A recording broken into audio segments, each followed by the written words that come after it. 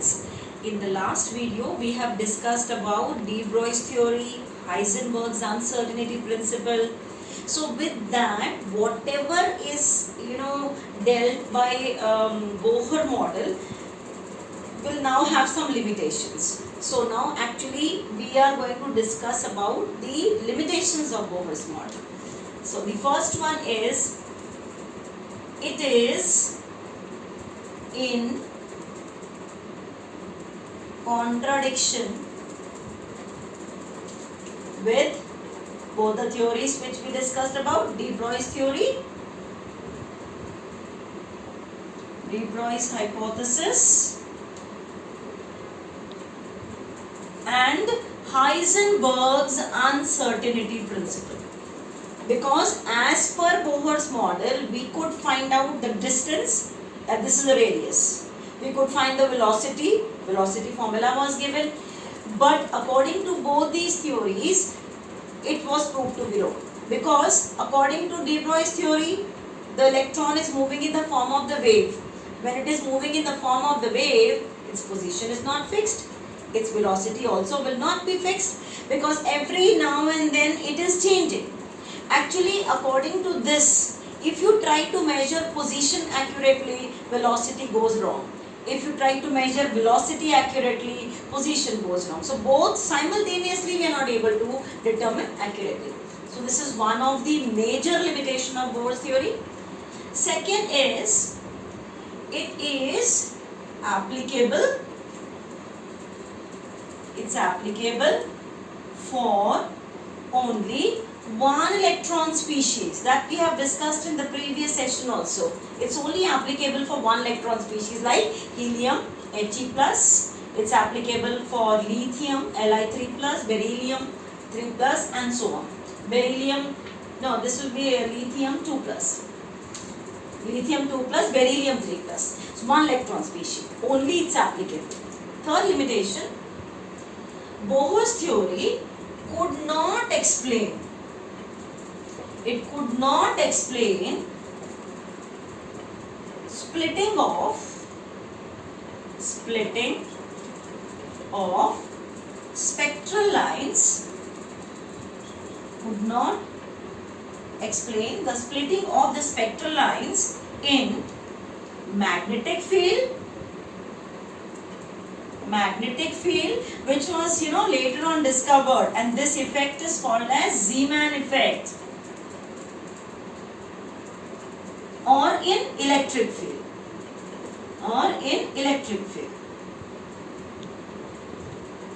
which is called as Stark effect.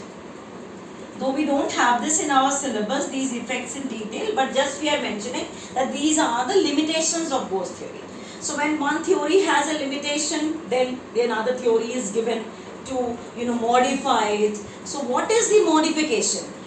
Finally, after all this, after de Broglie's theory, Heisenberg's uncertainty principle, there was a major breakthrough given by Schrödinger. You first note down this, then we will talk about Schrödinger's wave equation. Now, what is Schrödinger wave equation? It was a major breakthrough, and the scientist's name is Erwin Schrödinger. Now, what is that equation? Equation is dou square psi by dou x square plus dou square psi plus dou y square plus dou square psi by dou z square plus 8 pi square m by x square into E minus V into psi is equal to 0. We don't have the solution of this in our syllabus, but equation just for reference, we are discussing, where the psi is the wave function. In a way, we can also call this as, it is the amplitude of the wave. It is amplitude of the wave. Amplitude, because every wave will be moving in the form of a crest and trough. What is amplitude? I hope you know that. Amplitude is a maximum distance the wave has from this line. Amplitude of the wave, and this is double differentiation. X, Y, Z, these are the axes. These are the different axes. And where m is of course the mass of electron, M is mass of electron. H is Planck's constant. H we have is Planck's constant. Then you have E. E as total energy. This is the total energy. V is the potential energy. V is potential energy. Now, what this theory could do, this wave equation could do is, because if we see the de Broglie's theory, the electron is moving in the form of the wave. When it is moving in the form of the wave, its position is not fixed. Every time it goes in the crest and the trough, its position is changing. Moreover, that is not definite that electron will be moving in the form of the wave in one particular axis. It can be moving in any possible direction. That means in all three axes, x, y, z axis. So in a way, it was defined that the position of the electron is not fixed. That is why one new term was introduced, that is called as orbital. Now, orbital means around the nucleus, a region was defined. A region was defined in which the probability of finding electron is maximum. How much probability? It's actually, we say the probability of finding anything cannot be 100%. So 95% probability is there the electron is found in this particular region. So the solution of the Schrodinger wave equation led to the quantum numbers. There are 4 quantum numbers we will be studying, but the solution of the Schrodinger wave equation could give 3 quantum numbers. The 4th one is different. That was given later on. So which 3 quantum numbers were given by this Schrodinger wave equation? N, L, M. We will be talking about it. Principal quantum number, azimuthal quantum number, magnetic quantum number.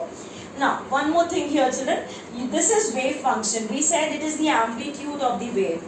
Actually means the probability is there. I mean, there is no such wave. It is just, with the motion of the electron, a wave is formed. So with that only we say this is the electron may be here, here, here, and with that we could define what orbital is. So later this psi was also replaced by psi square. It was replaced by psi square, where psi square is called as probability. It is probability function.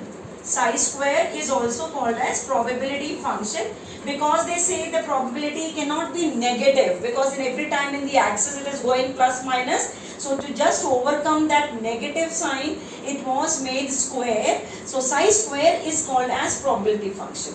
So now we will be talking about how Schrodinger had given the different quantum numbers. We will be talking about the quantum numbers, their relation between various quantum numbers, how each quantum number is linked to the another quantum number. Okay, so one here, what you should know is this, equation. You should have an idea what psi is, what are the terms in it. That's it. Not the solution part. That is not there in our syllabus. Please note down. Now, we will talk about quantum number. There are 4 quantum numbers, children. First one. First quantum number is principal quantum number. See, the spelling of principal is AL only. It is the topmost quantum number, so it is AL. Principal quantum number. You can remember like this. Now, what is this principal quantum number? Principal quantum number was introduced by Bohr, by Niels Bohr. It is represented with the symbol N. It's represented with the symbol N. What values it can have? It can have values from 1, 2, 3, 4, 5, 6 up to infinity. Or we can also say it is written with the symbol K, L, M, N, O, P and so on. What information we can have if we know principal quantum number? If we know N, we know the size of the electron cloud. We know the size of the electron cloud. In a way, can we say that we know the orbit in which the electron is present? We also know about the energy. Orbit or energy shells, we can say energy shells or energy levels. Energy level in which the electron is present in. And if you remember, we have done certain formulae. That also we can say, we can know the radius if we know the nth orbit, provided we are talking about one electron species. What was the formula, children? 0.529 angstrom unit into n square by z. If we know n, we know the radii. If we know the energy, if we know the n value, we know the energy for the nth orbit, that is minus 13.6 electron volt into z square by n square. If we know n, we also know, this is arrow, so don't mistake this to be, yes, if we know n value, we also know the velocity, that is 2.18 into 10 to the power 8 centimeters per second into z by n. Though we have discussed all this in the previous videos, but just I am noting it down again so that you know, if we know the n value, what all we can calculate. If we know n, we can also calculate the angular momentum. MVR is equal to nh by 2 pi, integral multiple of h by 2 pi. We discussed that it is having, angular momentum is quantized. Now, we will also, if we know the n value, very, very important, these are new, so I am writing with this. If we know n, we can calculate the number of electrons in a shell. We can calculate the number of electrons in the shell. What is the formula for that? 2n square. First shell, if n is equal to 1, or what is the relation between electrons and this? I am writing here for first shell, 2n square, 2 electrons. If this is 2 square, that is 8 electrons. 2 into 3 square, like that you can go on calculating. For third shell, so 2 into 3 square, that is 9, 18 electrons, and you can go on calculating. So number of electrons can be calculated in a shell by the formula 2n square. Another thing, we can also calculate the number of orbitals, though we have not, I have not introduced this term, but later we will be, so I am just making a note along with principal quantum number. Number of the orbitals, children, can be calculated with the formula n square. Of course, it will be half of it. Now you know, you can calculate accordingly. So these are the things which were, possible to be calculated using principal quantum number.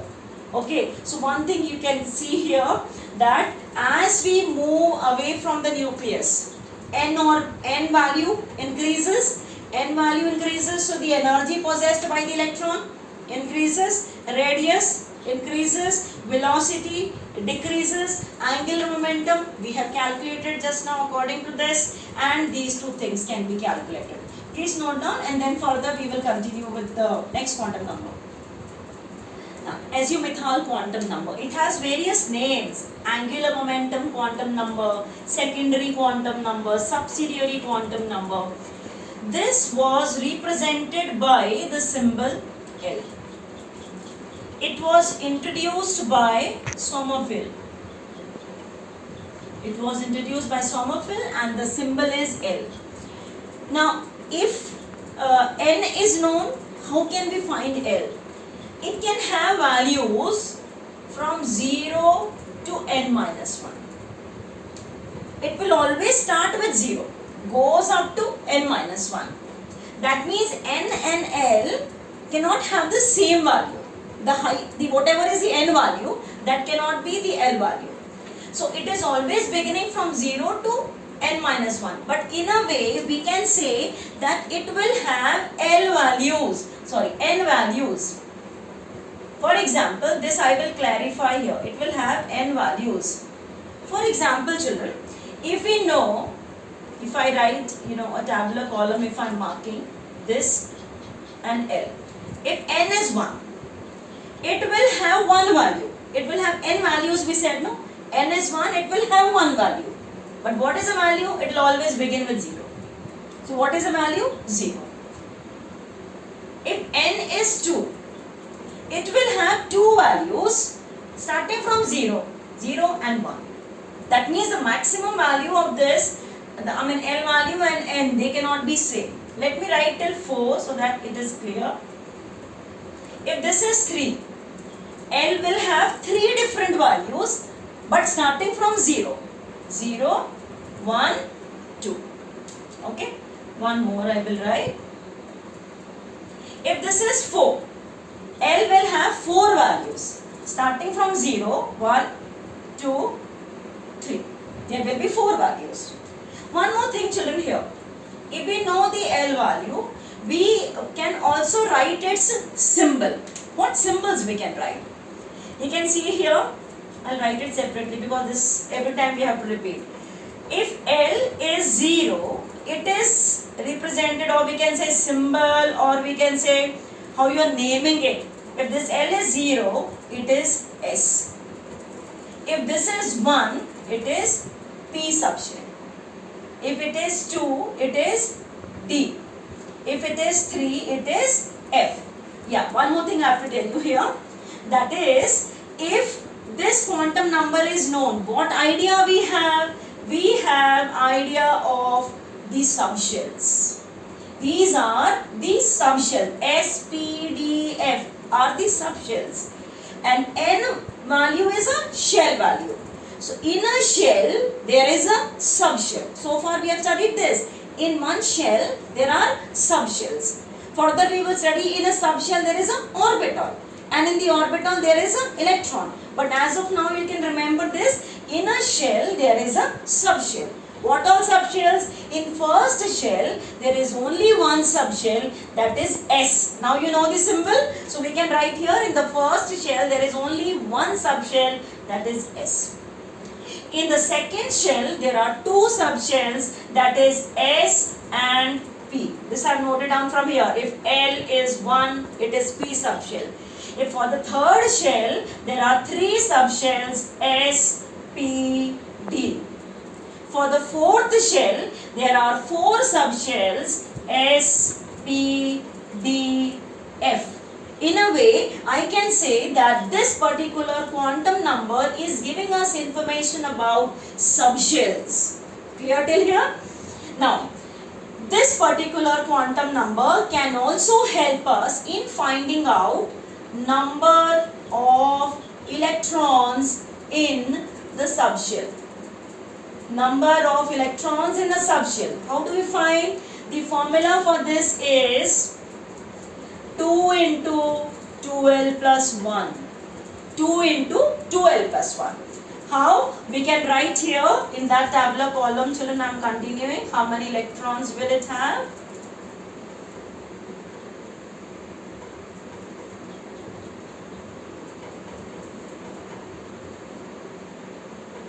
Just see here. Number of electrons. 2 into 2L plus 1. Go on changing the L value. If L value is 0. So 2 into 0. That is 0 only. And then 1 here. That is 2. So S subshell has 2 electrons. P subshell. You put this value as 1 and solve it. You will have 6 electrons. You put this value as 2. You will have 10 electrons. You put this value as 3, you will have 14 electrons. So if we know the subshell value, we also know the number of electrons present in it. Clear? Another thing. You can also find the number of orbitals in subshell. Children, in the previous one we wrote number of electrons in a shell. Number of orbitals in a shell. Now we are writing electrons in subshell, orbitals in subshell. How do we find the number of the electrons in a subshell? Orbitals in a subshell, 2L plus 1. We write it with 2L plus 1. Till here it is clear, children? Fine. Please go through it. Note down. Yeah, one more thing here, which is important for MCQs which are asked in competitive exams. Angular momentum you are asked to calculate for the electron in an orbital. The first one which we discussed was in the orbit. MVR is equal to NH by 2 pi. But in the orbital, if it is asked, you will be using this formula. Root L into L plus 1 into H by 2 pi. For example, you are asked to calculate the angular momentum of 1s, 2s, 3s and so on. It doesn't depend upon the L value. It doesn't depend upon the n value. So that means all of them will have the same value for the angular momentum. It only depends upon L value. Okay. So for this it will be 0 for the s orbital, because this part is 0, root of that 0 into 0 for s. For this the angular momentum comes out to be 0. If you are asked to calculate for 2p or for 3d or for 4n, you have to simply put the L value. You don't have to put anything for n. Principal quantum number is not required to calculate the angular momentum of the electron in the orbital. Okay, now we will discuss the next quantum number. Yeah, third quantum number, magnetic quantum number. Now it was represented with symbol M. What idea we have with the magnetic quantum number? We come to know about orbital in which the electron is there, or we can say we come to know about orientation of the subshell. That orientation further gives us the information about the orbital. The shapes and all we will be discussing in the next video, shape of the subshells. But as of now I am only talking about quantum numbers. Now this can have what all values? It can have 2l plus 1 values that we have discussed in the previous quantum number. That is, if the number of the orbitals present in a subshell can be calculated with the formula 2l plus 1. It will have 2l plus 1 values. What values? It can have values from minus L to plus L including 0. This values it has. Minus L to plus L including 0. Now let us first make a tabular column relating L and M. L and M. We will talk about what values are there. Let me write it. See, if we know this is 0, this will be 0. If this is 1, actually L0 means which subshell I am talking about? S subshell. I am talking about S subshell. This is S subshell. If this is 1, that means I am talking about P subshell. Likewise, children, we will be writing for E and F. Till F I will be writing. If this is 2 or this is 3, then. If this is 2, I am talking about D subshell. If it is 3, I am talking about F subshell. Now, how many electrons they will have? That I am writing. See, if this is 1, put here 1. It will have 3 values. Which values? It will have minus 1, 0, plus 1. 3 values. If this is 2, put this value as 2. 2 into 2, 4 plus 1, 5. 5 values ranging from minus 2, this is minus 2, minus 1, 0, plus 1, plus 1, plus 2. It will have 5 values. If this is 3, it will have, put here 3, 3 into 2, 6, 6 plus 1, 7. It will have 7 values, minus 3, minus 2, minus 1, 0, plus 1, plus 2, plus 3. 7 values it will have. Actually it has gone, it will have as a, just see here. These are the values I have written. Okay. Now, we know about the orientation, children. This depends upon the principal quantum number. This depends upon azimuthal quantum number. Now, in each orbital, there will be further electrons. And what will be the orientation of the electron? That was given by the fourth quantum number, that is spin quantum number. Now, the first 3 quantum numbers, N, L, M, these are obtained from the solutions of the Schrodinger wave equation. But spin quantum number was discovered separately. It was given by Uhlenbeck and Goudsmit. And it is represented with the symbol S. What values can it have? Uhlenbeck and Goudsmit. So it will have value plus half, minus half. Because in each orbital there will be 2 electrons. But the 2 electrons cannot have same spin. The 2 electrons have anti-parallel spin. That means if this is the orbital, children, I am representing, the two electrons will have opposite spin. This type of spin is called as anti-parallel spin. Now why this spin is there? Because if the two are moving in the same direction, there are more repulsions between them. So that to minimize the repulsion, the electrons have the opposite spin. Suppose now, of course, then filling in electrons we will be talking about in the different theories. But as of now, you can write this. So we will be further finding the relation between all the quantum numbers. You note down this, and one tabular column I will make to rewrite all the quantum numbers. Note down till here first. Now we will find a relation, between all quantum numbers. It's very important. You will find plenty of questions based on this in competitive exams also. If n is 1, principal quantum number is 1. Azimuthal quantum number will have only one value, that is 0. It begins with 0 always. If this is 0, it will have the 2l plus 1 values we have discussed. That means it will have one value. What value it has is 0. For each of this, for each of orbital, this has two values, that is plus half and minus half. That means the two electrons which are there will have opposite spin.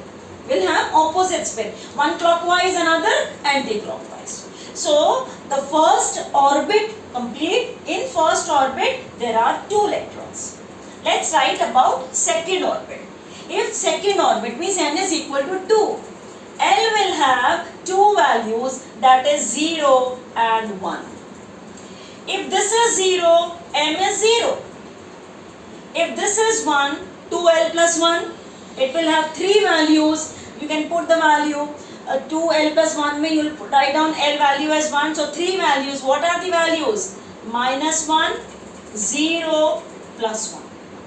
And for each of this, there will be two electrons. So you have one here, second here, third here, fourth here. So this is for the S1. So I am writing here, this will have plus minus half.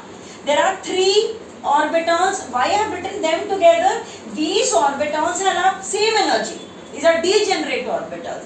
So these are having 3 plus halves and 3 minus halves. I have written them together. Clear? Then third. If this is 3, it will have three values, 0, 1, 2. If this is 0, it is 0. If it is 1, three values, minus 1, 0, plus 1. For this 2, 5 values, put L value as 2, 2L plus 1. 5 values, minus 2, minus 1, 0, plus 1, plus 5, plus 2. Total 5 values it will have. So each of this will have plus minus half, this will have 3 plus halves and minus half, this will have 5 plus half and minus half. This last one I am leaving for you to calculate. You will try this out. If n is equal to 4, what will be the L values, M values and spin quantum number? You will all try this out, but before that, if this is 0, S, that means in the first shell there is only S. In second shell, S and P. In third shell, S, P, D. Likewise, children, this I have written in the second orbit. This I am closing the tabular, this one. In the first shell, there are two electrons. It also satisfies what we have studied earlier, number of the electrons in the orbit. You can see here, second orbit, I am closing here. This is 2 and 3 into 2, 6. So put together 8 electrons there in the second orbit. Likewise, if I close this here for the third orbit, what you have? 2 here, 6 here and 10 here. Put together, that is 18 electrons. This is 10, 10 plus 6 plus 2, 18. That also satisfies what you have studied, 2n square. First orbit 2 electrons, second orbit 8, third orbit 18, fourth you are going to calculate and complete this tabular column, the last one. Okay, please note down.